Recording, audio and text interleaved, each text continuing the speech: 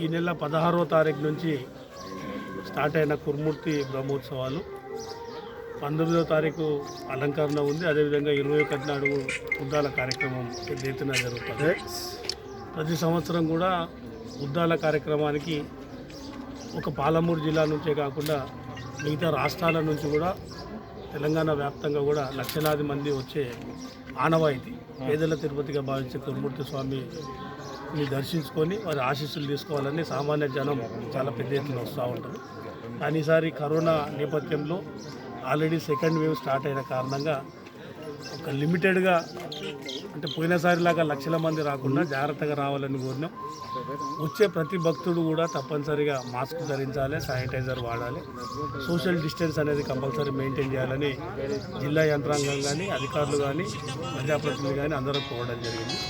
దానిలో భాగంగానే ఈరోజు 19 నాడు జరిగే అలంకరణ కానీ, అదేవిధంగా 21 నాడు జరిగే ఉద్దాల కార్యక్రమం, దానికి సంబంధించిన ఏర్పాట్లన్నీ కూడా పరిశీలించడానికి నేను, నాతో పాటు జిల్లా ఆర్డీఓ గారు, మిగతా అన్ని డిపార్ట్మెంట్ల అధికారులు, మండలానికి సంబంధించిన ప్రజాప్రతినిధులు అందరూ కూడా రావడం జరిగింది. ఏర్పాట్లన్నీ అంటే సింపుల్గా వచ్చే భక్తులకు ఇబ్బంది లేకుండా సిస్టమేటిక్గా శానిటైజర్ ఫ్యాన్లు కూడా ఒక 6 పెట్టి శానిటైజర్ దాంట్లోనే కలిపి శానిటైజర్ స్ప్రే చేసే విధంగా, అంటే వచ్చే ప్రతి భక్తుని ఒక శానిటైజర్ ద్వారా పంపే విధంగా, అదేవిధంగా మెడికల్ హెల్త్కి సంబంధించిన డిపార్ట్మెంట్ వాళ్ళు కూడా ప్రతి భక్తుడిని టెస్ట్ చేసి అంటే ఏమైనా టెంపరేచర్ ఉందా, కోవిడ్ లక్షణాలు ఉన్నాయా అన్నది నిర్ధారణ చేసుకొని పైకి పంపే అవకాశం ఉంటుంది. అందుకే ఈసారి సెకండ్ వేవ్ కరోనా స్టార్ట్ అవుతూ ఉంది కాబట్టి ప్రజల ప్రాణాలే ఈ ప్రభుత్వానికి ముఖ్యం.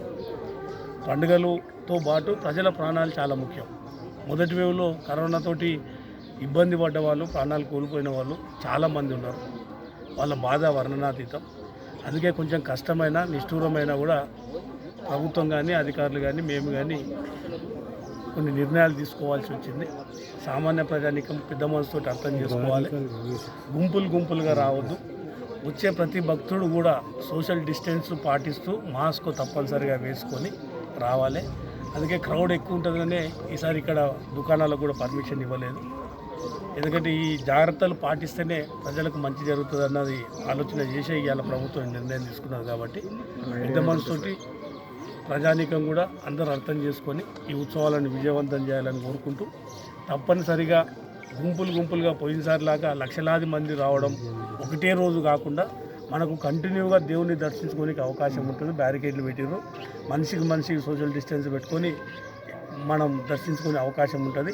అందరూ దర్శించుకొని స్వామివారి ఆశీస్సులు తీసుకోవాల్సిందిగా కోరుకుంటూ, ఈ ఉత్సవాలు కంప్లీట్ అయ్యే వరకు కూడా జిల్లా అధికార యంత్రాంగం కానీ, ప్రజాప్రతినిధులు కానీ అందరూ కూడా ప్రజలకు అందుబాటులో ఉండి ఎవరికి ఇబ్బంది లేకుండా చూసే ప్రక్రియలోనే అందరూ నిమగ్నమై ఉన్నారు.